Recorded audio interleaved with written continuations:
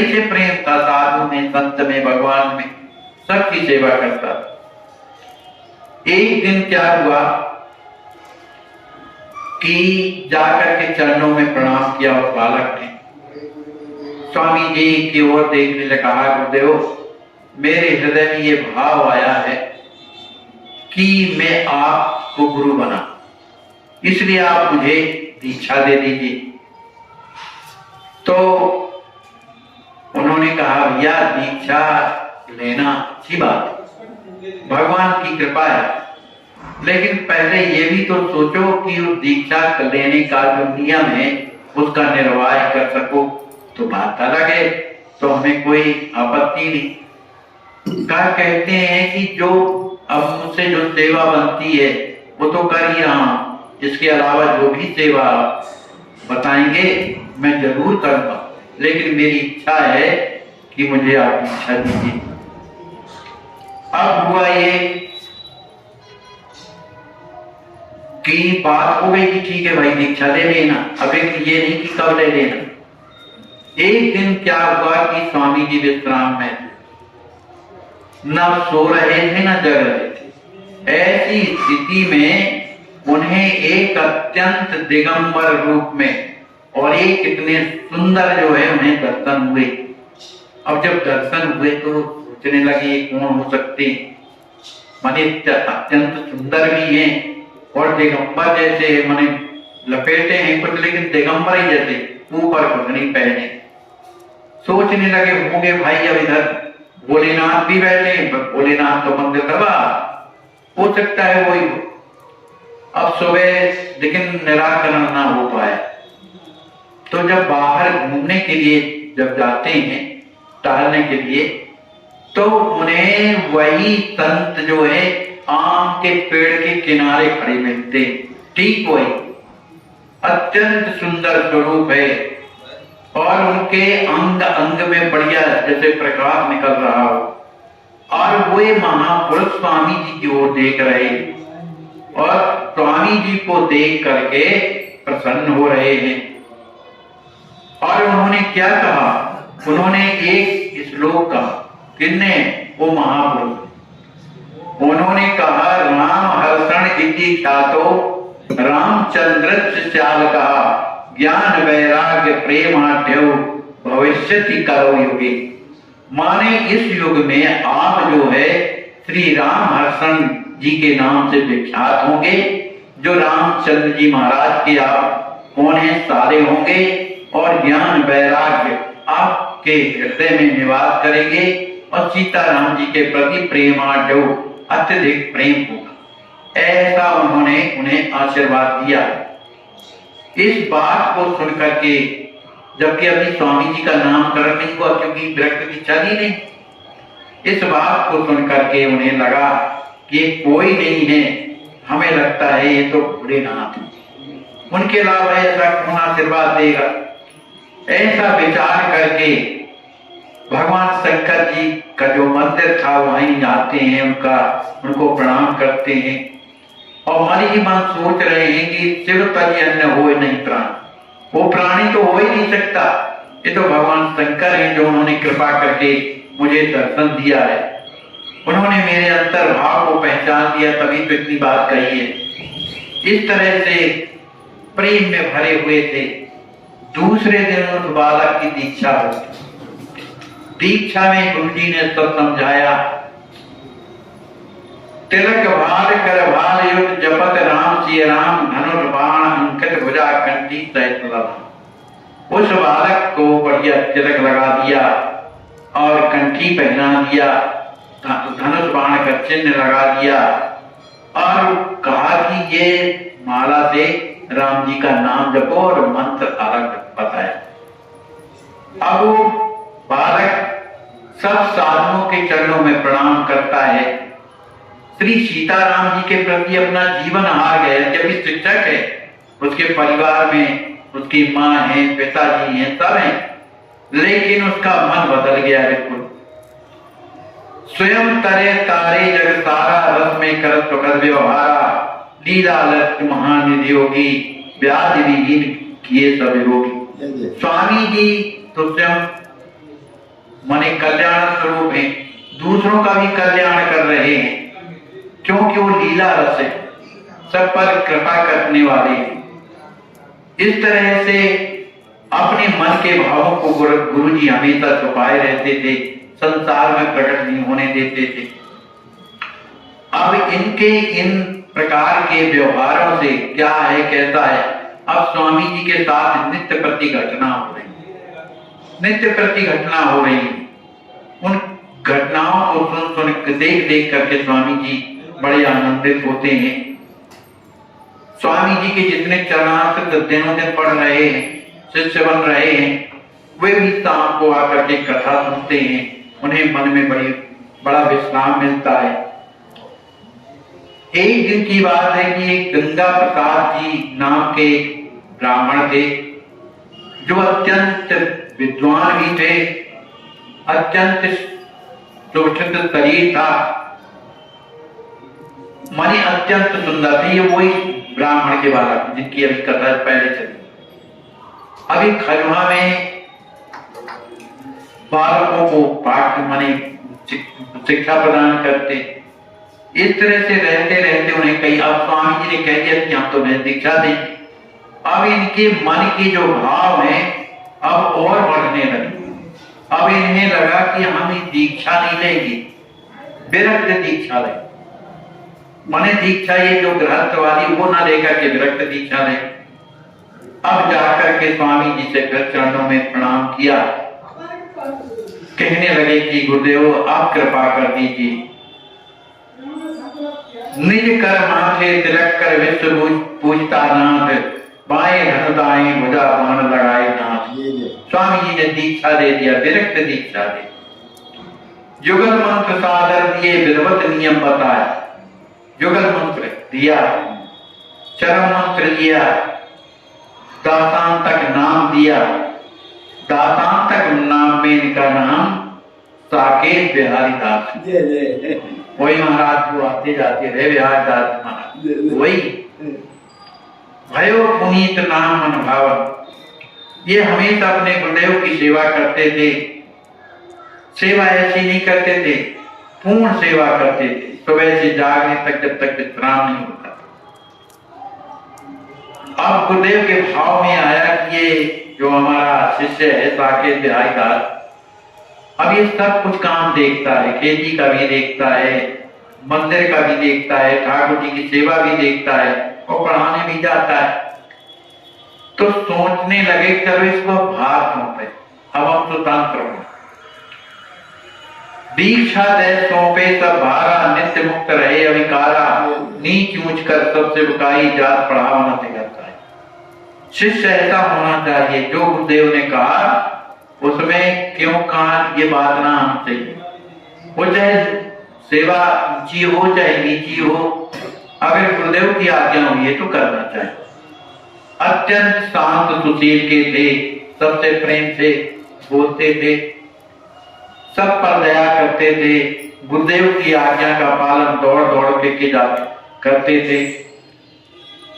बालक सकल राम में मानी, आप बढ़ावत अति सम्मान, सेवापति परम उपकारी, कर सदा सबकी रखवाली। वे रोजाना सब बालकों को बड़े प्रेम से शिक्षा देते थे, सेवा का धर्म सिखाते थे और सबकी रखवाली भी करते थे।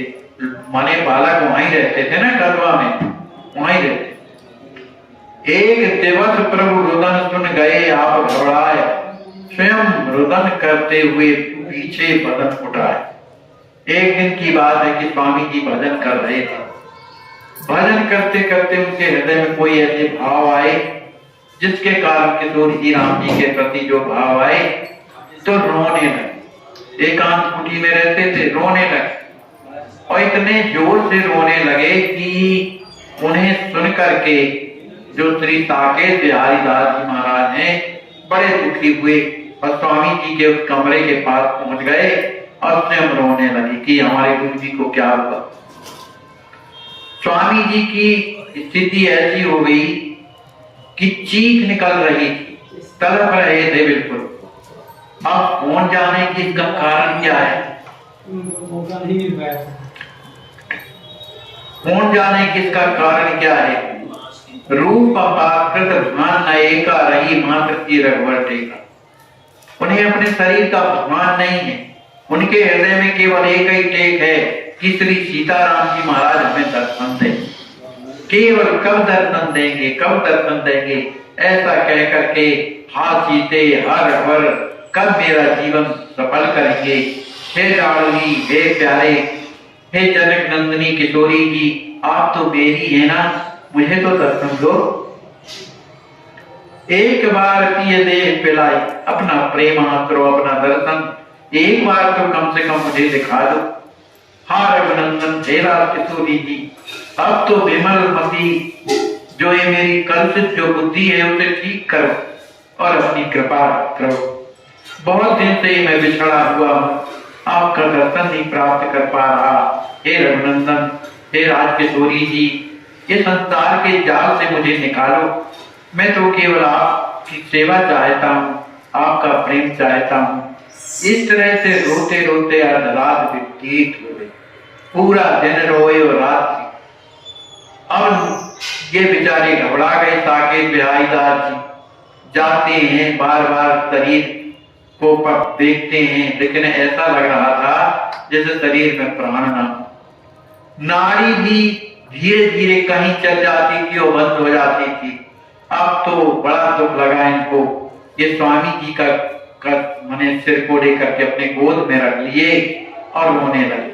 कौन? साकेत बिहारीदास। बड़ी देर तक उन्हें नींद नहीं आ रही है। गुरुदेव की उस स्थिति को देख करके बड़े घबरा रहे हैं। किसी तरह सवेरा जब होने लगा, उसके पहले पहले स्वामी जी को नींद आई। जब नींद आ गई तब उन्होंने ओढ़ा दिया अच्छे से। जब जैसे ही सूर्य भगवान के प्रकट होने के पहले ही श्री राम जी स्वामी जी बैठ गए और सीताराम ऐसा उच्चारण करने लगे। अब इन्होंने जान लिया कि स्वामी जी तो अब ठीक हैं, तो दौड़े दौड़े गए, उनकी स्थिति देखी और सुंदर स्नान करवाया। स्नान करवाने के बाद वस्त्र धारण कराए। लेकिन सबसे बड़ी बात ये थी कि स्वामी जी के सिर में बड़ी वेदना हो रही थी, सिर में पीड़ा ज्यादा हो रही थी। अति प्रचंड निज रूप दिखाई, माने उस वेदना के कारण के स्वामी जी का जो मुख है बड़ा दुखी दिखाई दे रहा। अब बड़े दुखी हुए साकेत बिहारी जी महाराज। उन्होंने सीताराम शरण जो उनके शिष्य थे, माने गुरु भाई ने, उनको बुलवाया और बताया कि स्वामी जी की बड़ी स्थिति बिगड़ी है, कल से रोते हो गए, रात भर रोए हैं और सिर में बड़ी पीड़ा है। हमें तो लगता है ये रोग बड़ा साथ है ना, इसलिए क्या किया जाए, आप ही कुछ करिए। तो सीताराम शरण जी तो मंडला तक गए थे सरकार के साथ में। कहा ये तबियत स्वामी जी की मंडला से बिगड़ी। मंडला में वहां पर कथा हुई थी भागवत की, और भागवत में जब गोपियों का प्रेम श्याम सुंदर के प्रति क्या था, कितनी रो रही थी, तभी सरकार एक एक श्लोक में उस स्थिति में पहुंच जाते थे और स्वयं रोने लगते थे। तभी से सिर में पीड़ा बनी हुई है। इस तरह से कोई भी कथा स्वामी जी कहते हैं उसी में डूब जाते हैं। और ये शरीर में चिंतन, माने सिर में चिंतन होता है तभी तो भाव बनता है, तो इस कारण अत्यधिक पीड़ा होती है। एक एक श्लोक में देते जब डुबाए, ऐसा लगता स्वयं कई गोप का आए। ऐसा लगता था जैसे स्वयं गोपी इनके शरीर में बैठ करके उस तरह का मन दुखी होकर के प्रलाप कर रही है। तभी से उनके सिर में पीड़ा हो रही है। बहुत से लोग बड़ी दवा, माने कई दवाएं ला करके प्रयोग करते हैं, लेकिन कुछ भी लाभ नहीं मिलता। तो इतने में और भी गुरु भाई थे जो खजवा में आते जाते थे। उन्होंने कहा एक काम करें, किनको वैद्यराज को दिखवाएं। अब वैद्य ही है, उस समय वैद्य ज्यादा रहते। कहा वैद्यराज जी के घर चलें, ये वही ठीक करें। तो स्वामी जी को, स्वामी जी के चरणों में प्रणाम किया सब शिष्यों ने, और जाकर के और कहने लगे गुरुदेव आपके जो सिर में जो पीड़ा रहती है तो हम चाहते हैं कि आपको वैद्य से दिखवा दें, वैद्यराज जी से दिखवा दें। तो स्वामी जी कुछ बोले नहीं, कहा भाई जैसा आप लोग चाहो ऐसी वेदना तो रहती है हमारी। अब पता लगाया गया कि भैया यहाँ वैद्य है कहाँ, तो रीवर के गिरते गिरते में तो कोई वैद्य नहीं थे, एक ही राज वैद्य थे, वो भी रीवा नरेश थे, है ना, उनका नाम था राम प्रताप, वो भर वैद्य थे। अब रीवा नरेश के वैद्य, कहा उन्हीं के पास चला जाए। तो एक बार चलकर उनको दिखाया जाए, आखिर ये जो सिर की जो पीड़ा बढ़ी हुई है उसका निश्चित वो उपचार करेंगे, क्योंकि राजवैद्य। ऐसा कहकर तो प्रभु को माने स्वामी जी को लेकर के सभी कोई रीवा आते हैं, और रीवा में आकर के और वैद्यराज जी को जैसी दिखाते हैं तो वैद्यराज जी महाराज ने जैसे ही नाड़ी देखी तो नाड़ी जैसे ही देखते हैं तो नाड़ी पकड़ के कहते हैं और हंसने लगे। अब जब हंसने लगे तो स्वामी जी उनके मुंह का देख के और कहने लगे भैया क्या हो गया नाड़ी में? कहा आपने जो है तरबूजा खाया है, वो मुझको समझ में आता है तरबूजा। तो जो राम प्रताप थे मनी जो उनके शिष्य थे उन्होंने कहा कि हमारे गुरु जी तो कभी तरबूजा का स्पर्श नहीं करते, खाते कहां से? अरे भाई ठीक से देखो। तो फिर से पकड़ा वैद्यराज जी ने, कहा भाई इनकी नाड़ी तो यही बताती है कि इन्होंने तरबूजा खाया। अब सरकार से पूछा गया तो स्वामी जी कहते हैं हाँ सही कहा तुम लोग। कहा स्वामी जी आप कब तरबूजा खाए, उनका तो आया ही नहीं है कहीं पौड़ी एक खजवा में। कहा ऐसा नहीं था, हमने भगवान को भोग तरबूजा का लगाया मन ही मन, और उसी मन ही मन ने हमने भी तरबूजा पा लिया। तो देखो मन का कितना बड़ा, माने जो मानसिक सेवा है उसका कितना बड़ा प्रभाव है कि वस्तु नहीं है लेकिन मानसिक में लगा दिया, भगवान को पा दिया तो उसका असर उनके नाड़ी में आ गया। तो कहने लगे ठीक है तरबूजा खा लिया है तो अब क्या किया जाए? तो वैद्यराज ने चरणों में प्रणाम किया स्वामी जी के और कहने लगे कि हम पुड़िया बनाए देते हैं तो आप पुड़िया पाइए, है ना, और जैसे आपको लाभ हो या ना हो ये मुझे बताइएगा, क्योंकि मैं रोज तो नहीं जा सकता खजवा, क्योंकि मेरे यहाँ बहुत से रोगी आते हैं। तो स्वामी लोगों ने पूछा कि आखिर ये रोग ठीक हो जाएगा कि ना हो जाएगा? वैद्यराज श्री राम प्रसाद कहा देखो ये रोग जो है बहुत पुराना हो गया है, ये आज का नहीं, बहुत पुराना हो गया है ना, इसलिए सोच आप ना करिए, है ना, आप तो स्वामी जी को यहाँ लाते रहिए तो हमें दर्शन लाभ भी होगा। तो वैद्यराज ने कहा एक काम करो कि स्वामी जी का जो आसन वगैरह है सब यहाँ ही मंगा दो, तो यहाँ स्वामी जी रहेंगे और मैं उनकी सेवा करूंगा, आप लोग भी अपना काम करिए।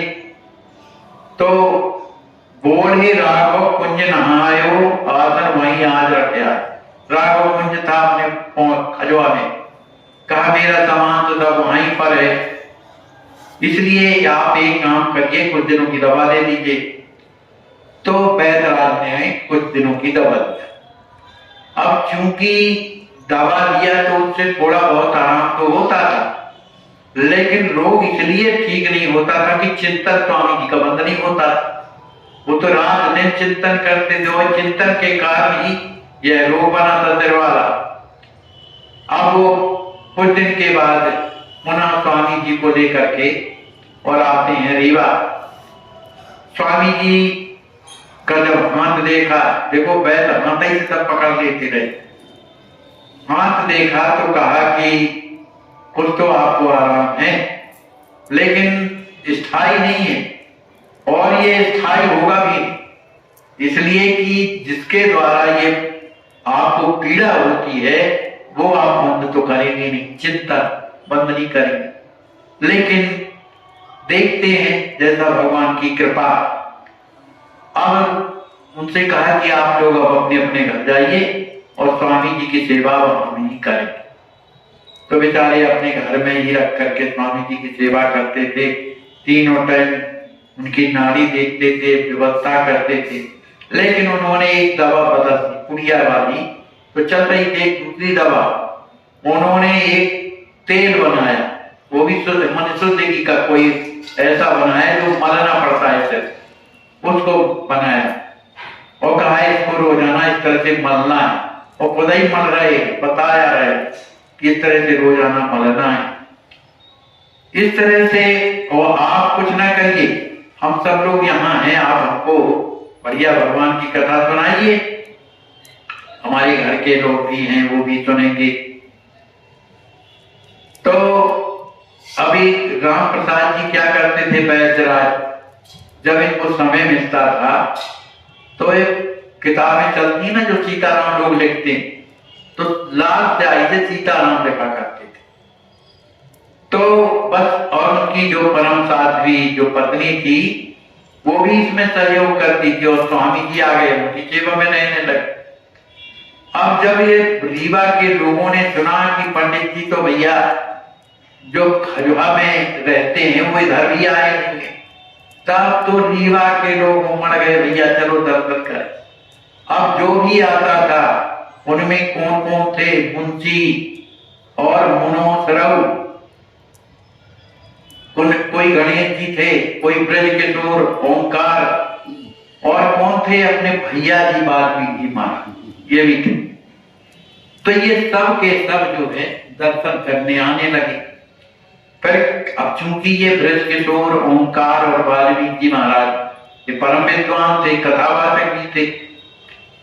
तो एक दिन की बात है कि वाल्मीकि जी महाराज कथा सुना रहे थे, उसमें भी किसकी, किशोरी जी के हरण वाली कथा सुनाई। और जैसे ही कथा सुनाई तो स्वामी जी इसको सुन ना सके और वहीं पर बेहोश होकर नीचे होकर गिर पड़े। अब तो बड़ी समस्या हो गई। अब भैया जी तो समझ गए कि उस देश में रहने वाले, अब किया क्या जाए। किसी तरह से सेवा करने लगे, सेवा करते करते अब वो तो वैद्य जी के घर में थे, इसी तरह से उन्हें होश आया। होश आने के बाद वाल्मीकि जी महाराज चरणों में गिरे, गुरुदेव हमसे बहुत बड़ी गलती भई, हम वहां नहीं पहुंच, हम लोग संसारी आदमी हैं, साज में कथावाचक हैं तो कथा सुना दी, लेकिन हम नहीं जानते थे कि आप कहाँ पर हैं, तो क्षमा करें। और उनके हृदय में ये भाव आया कि इतने प्रेम प्रदेश में रहने वाले कोई साधारण तो हो नहीं सकती, तो क्यों ना इन्हीं से हम दीक्षा लें, ऐसा उनके हृदय में भाव आया। अब उन्होंने तत्काल गुरुदेव से प्रार्थना की कि गुरुदेव अब आप कृपा करिए, हमें अपना शिष्य बना लीजिए, शिष्य बना लीजिए। स्वामी जी कहे, अरे भाई आप लोग तो सब जानकार हैं, कहा अब ऐसा है, अब जो भी जैसे हैं अब आपके शरणागत हैं, हम आपकी सेवा करना चाहते हैं। तो जितने लोग थे वो जितने भी विद्वान थे, वाल्मीकि जी के साथ में उन्होंने भी दीक्षा ले लिया, ब्रज किशोर जी ने, ओंकार जी ने, सब ने दीक्षा ले ली। अब तो विद्वानों का समाज हो गया। अब अध्यापक बन के यहाँ आए अभी नवीन, माता पिता भ्राता सकल जो घर किए प्रवीण। अब इनकी जो माने ये किशोर कौन थे, साकेत बिहारी दास की कथा। अब ये चूंकि अपने माता पिता से तो पूछ के आए नहीं रहे, अब पहले गुरु जी ने सोचा कि इनको भाई उस तरह की दीक्षा ना दे, लेकिन पुनः जो है उन्होंने पहले जो दीक्षा दिया वो ऐसी थी जैसे वैष्णव बना दिया, लेकिन अब जो है फिर से कहने लगे कि हमें विरक्त दीक्षा है। अब उनकी इच्छा देखकर मन में करो विचार, स्वामी जी ने विचार किया, समय पाए होते सकल जगत के सबकार। माने कोई मर भी जाता है तो क्या काम रुक जाता है, इसी तरह के घर में जो भी काम है माता पिता सब करेंगे और ये अगर भगवान की ओर विरक्त होकर चले तो कितनी अच्छी बात है। इस तरह से ध्येय बना करके आए थे और फिर स्वामी जी ने इन्हें दीक्षा भी दे दी। अब इसके बाद क्या होता है कि जब दीक्षा इन्होंने ले लिया तो ये क्या करते थे कि कृषि का भी कार्य देखने लगे, जो खेती थी खजूर उसका भी कार्य करते थे। तो अब स्वामी जी ने सोचा ये बालक जो है अब पूर्ण रूप से ठीक है, माने ये ईमानदार भी है, सेवा भी बढ़िया करता है, साधु सेवा भी करता है, पढ़ाने भी जाता है और खेती भी देखता है। तो उन्होंने लोगों को बुलाया, घर के खलवा के लोगों को, जो बड़े बड़े लोग थे, हर गांव से बुलाया और उन्हीं के सामने जाके कहने लगे कि ये जो हमारे साकेत बिहारी दास जी हैं ये सब तरह से योग्य हैं और हम ये चाहते हैं कि अब हम स्वतंत्र होना चाहते हैं, आते जाते रहेंगे, इनको हम यहाँ का महंत बनाना चाहिए। तो अगर आप लोगों की इच्छा हो, हमें कुछ आश्वासन मिले तो हम इन्हें बना दें। तो अब गांव के लोग और भी जुड़े, सब कहा महाराज इससे बढ़ करके क्या है, ये बालक तो इतना अच्छा है कि आज्ञाकारी है, किसी को कष्ट नहीं देता, पूरा काम देखता है और विद्यालय में भी पढ़ाता है, जरूर देखिए। तो स्वामी जी ने उनको सबके सामने वहां की महंती बना दे। अब तो भैया बड़े प्रसन्नता, स्वामी जी भी प्रसन्न हो गए, इसलिए कि अब जो भार था वो उनके ऊपर कम हो गया। इधर वैद्यराज जी महाराज के यहाँ स्वामी जी ठहरे रहते थे, रोजाना स्वामी जी का दर्शन करने के लिए लोग आते थे, स्वामी जी कथा भी सुनाते थे और वैद्यराज का जो भवन है अब वो भरा रहता है भक्तों से भरा रह रहा है। वो ऐसा बन गया जैसे गुरुदेव का मंदिर बन गया। अब सवेरे उठना, दोपहर में तो फिर स्नान करना, फिर दोपहर में भी स्नान करना, फिर भोजन प्रसाद होना, इस तरह से अब ये सब कौन करते थे, वैद्यराज जो राजा के वैद्य हैं वो कर रहे। एक दिन की बात है कि अब जब आप स्वामी जी अपने आसन में बैठे और विश्राम करने लगे भोजन पाने के बाद, तो उन्हें ऐसा लगा, अर्ध चेतना थी, माने ना सोए हुए थे और ना जग रहे थे। उस स्थिति में उन्हें लगा कि जैसे हमारे सिर को कोई स्पर्श कर रहा है। अब वो स्पर्श इतना मृदुल था, इतना कोमल था कि जैसे कि कोई हमारे सिर में हाथ फेर रहा, और उनको ये लगा कि वो हमारे सिर को उठा करके अपनी गोद में रख लिए और हाथ फेर रहे हैं और उनके शरीर से दिव्य तेज निकल रहा है, जो करकमल भेज रहे, दिव्य तेज निकल रहा है। तो उस तेज को देख करके स्वामी जी कुछ अचंभित हुए, मन न सो रहे थे न जग रहे थे उस स्थिति में। अब वो भाव मन तिरोहित हो गया, वो दृश्य समाप्त हो गया। तो सोचने लगे कि जिनका मैंने ये अनुभव किया है कि कितना करकमल कोमल था, तो ये कौन हो सकते हैं भाई, है ना। और उन्होंने भी धीरे से कहा कि अब जाइए, माने दोपहर के बाद जगिए, आप जाइए। तो ये मैंने अपने कानों से भी सुना है और उन्होंने मेरे सिर को उठा करके गोद में भी रखा और धीरे धीरे कर कमल फिराते रहे। आखिर ये कौन हो सकता है, और वो अदृश्य भी हो गए। ऐसा चिंतन करने लगे, सोचने लगे ये कौन हो सकते हैं, कहां से आए रहे होंगे। इंद्र नीलमणि श्यामल रूपा परम मृदुल स्पर्श, माने जो वहां का प्रकाश था नीलमणि जैसे था, इस तरह की स्थिति थी। रामानंदी तिलक लगाए हुए थे, जटा बने हुए थे। आखिर सोचने लगे कि कहीं ऐसे तो नहीं कि मेरे प्रभु ही रहे हों, लेकिन मैं उनको आज पहचान ना पाया। सोचने लगे जिनके कारण योगी ध्यान करते हैं, ऐसे सीतापति, उन्होंने आकर के मुझे जगाया। इस तरह से भव सागर डूबत लगत आवत करतने, ऐसे रघुवर के सुदत कौन करे जगदीश। माने वो मेरे प्रभु ने मुझे जब देखा कि संसार में डूब रहा है, तो उन्होंने मुझसे अपना मान करके मुझसे प्रेम किया। मेरे प्रभु के अलावा मुझसे ऐसा संसार में कौन जो प्रेम करे। ये स्वामी जी सोच रहे। आए देखत आज वियोगी कारण निवारण मम पद भोगु। इसी बात में बड़े चिंतित थे। अब उनके हृदय में ये भाव आया कि